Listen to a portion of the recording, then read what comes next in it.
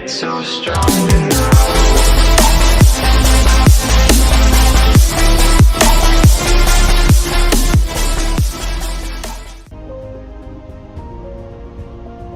So it's time we first style it.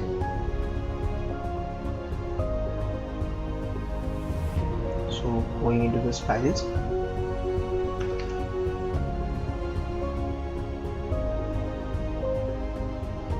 so first we will style our to-do container so that each and every element that we want comes in center of the page.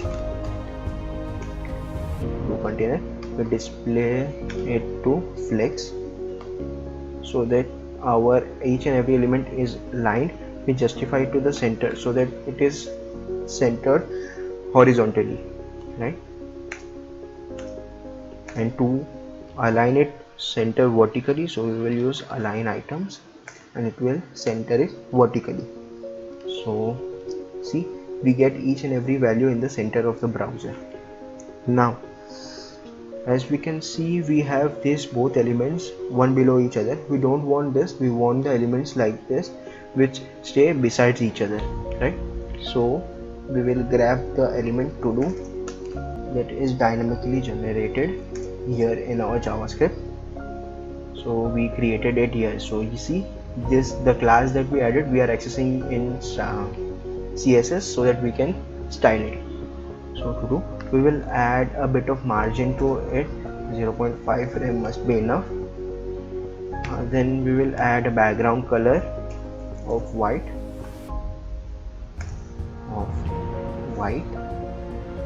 Then font size will be 1.5 rem, which is enough to be clearly visible, and we will flex this as we want each and every element together in one line. So flex, and we will space the elements in between. So you can see there is a space between these elements, so we want this space to be maintained so that it looks even for each and every, because if we do not maintain this space, some sentence would be this long and you can see the it would be like this, and the check button for this is here, the check button for this will be here, and it doesn't look good.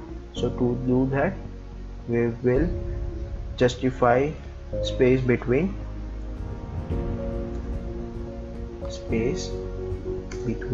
right? And we'll align the item to the center, so the space between top and bottom is even and it looks good, right? So just align the items to the center, and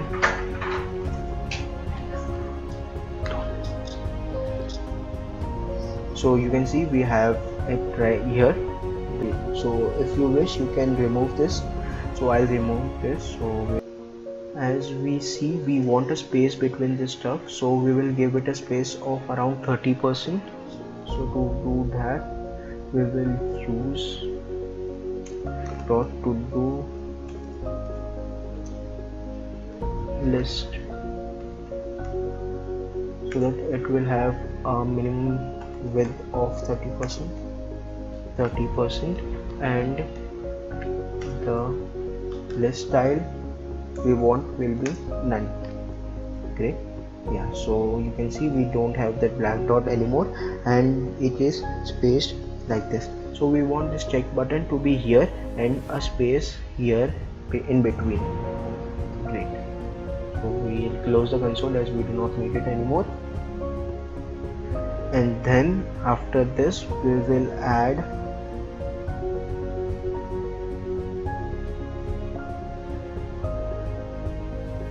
a to-do list flex to be 1, right? So in the to-do,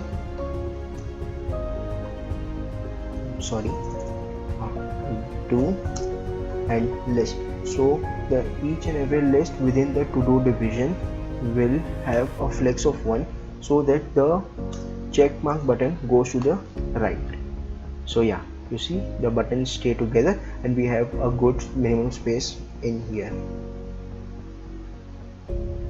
After that, we will style our buttons. So trash button, the class that we created when we created this element, and completed button. So we will have a background color,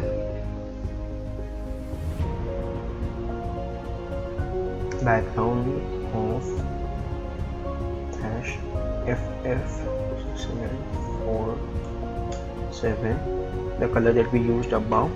Then a color, the element color to be white.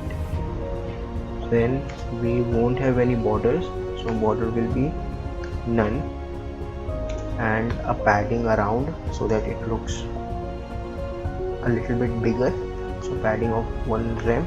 Cursor to be pointed so that the user comes to know that it is clickable, and the font size, that is the actual size of the element, to be 1 rem. This is amazing about the Font Awesome because it allows you to customize the element according to your size, so that it doesn't look like an image, it's more of an created element. So save. Yes, so you see both of them look good. Now we have to change the color of the check button to green. We will do that soon.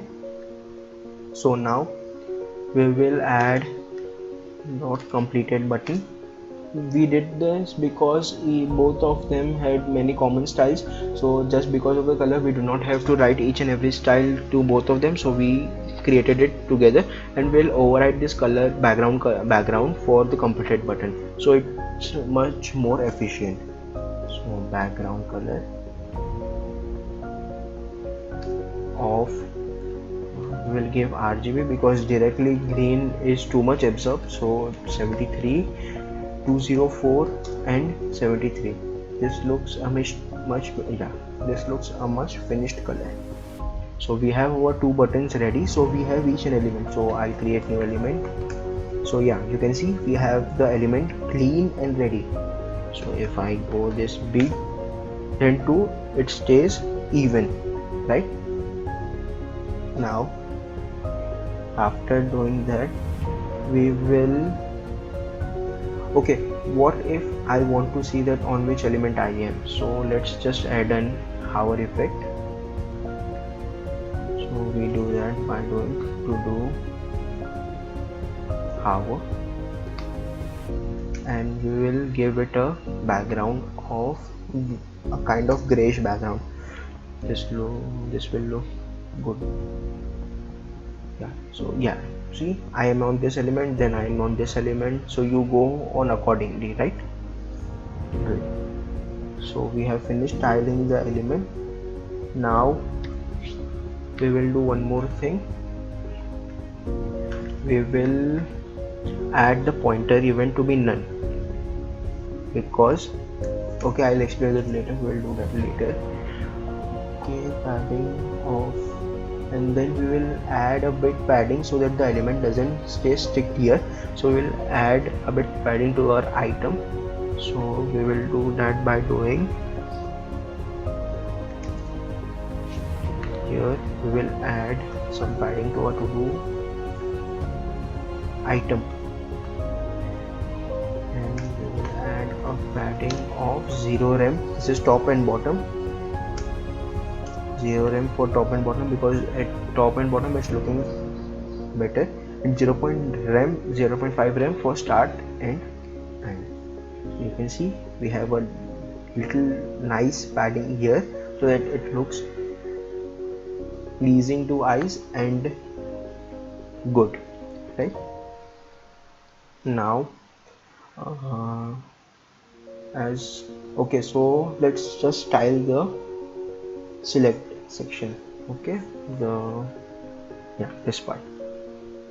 So select this element that we have created here, select, and we will add, so basically we do not want the default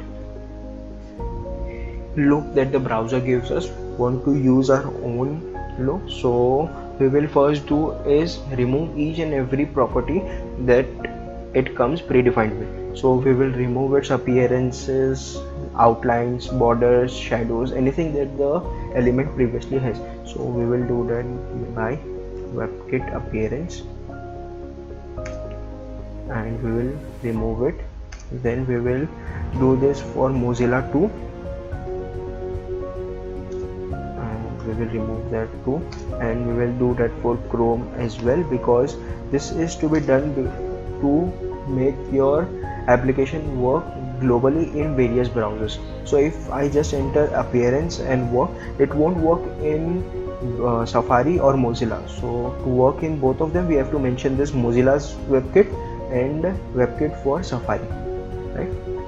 So here I'll give the appearance none for Chrome as well, and then I'll remove the outline.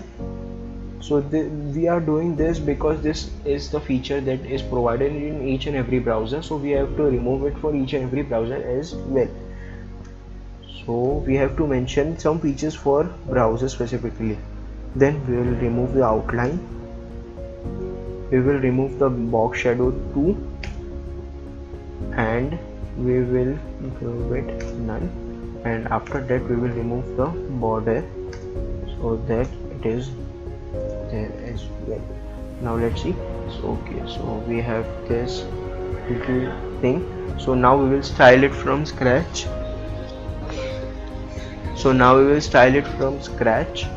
And we have added a class of select here to this division. So we will style the complete division instead of the element. Okay, so dot select, and we have a margin of 1 rem, position to be relative, and overflow to be hidden. So let's see what we have. Okay, so we have a little spacing in between here, and the element that we want. Now we will add padding margin and make it look good. Okay, so now we have to add some more styles, so we will add color to it. So we will add F6747. this is the color that we used before. Instead of hash I used $. Okay, and we will add a width to it of 10 rem. We will make the cursor pointer too, and after making the cursor pointer we will add a padding so that it looks for similar height of the input element and it looks even throughout, and we will add a border radius of 5 pixels.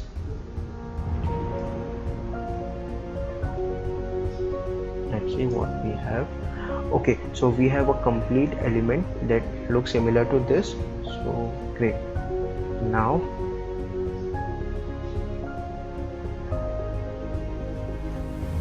we don't have a drop down button here, right? Just that we have like here. So to create that, we will be using a pseudo property such as after and before. So here select dot after. So what this does is this will select the section which is here itself so that we can style it within the element. So if we want to create something that is within the element, we can do this using the pseudo selector after. Okay, and if we use before, we will get the selection of this section which is just before of the element. So after, we will give it a content. So this is something new for you guys. So this will create a drop down that we want to use. So phi p e c. So you can see, yeah, this is what it creates. Now we will design it so that we can put it inside our element, right? So now we have that. We will give it the color white so it looks decent enough when we complete the design.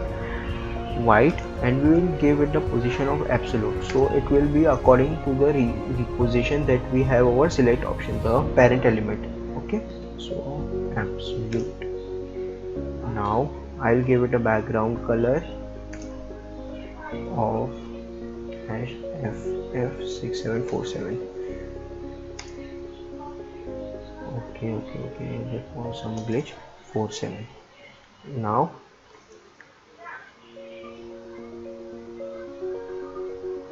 we will give it a top of 0,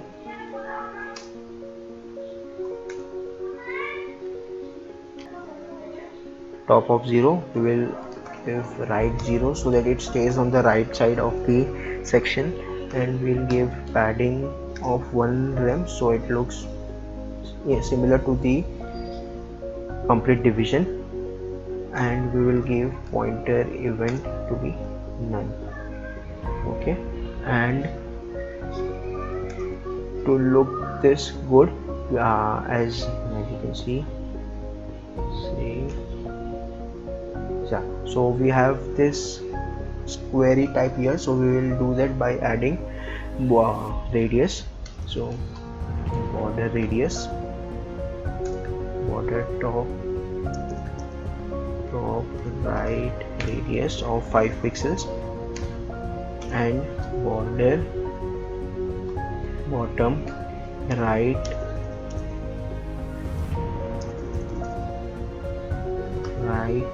radius of 5 pixels too. So yeah, we have the radius and it looks good now. So this is what we have here. So you can see we are getting closer to what we want. So we have designed this as well. So now we have each and every value. Great. So now it looks observed that we are hovering and it doesn't show any response. So for that we will use hover effect.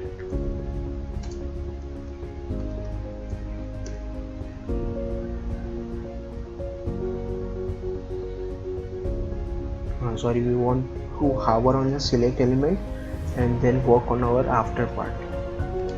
So this was how we have to do it. Background of white, so we will invert it to color of FF6747. Transition to make it smooth. Second is, see, so yeah, this is smooth, right? Okay, so we have what we want. It's time we work on our features now.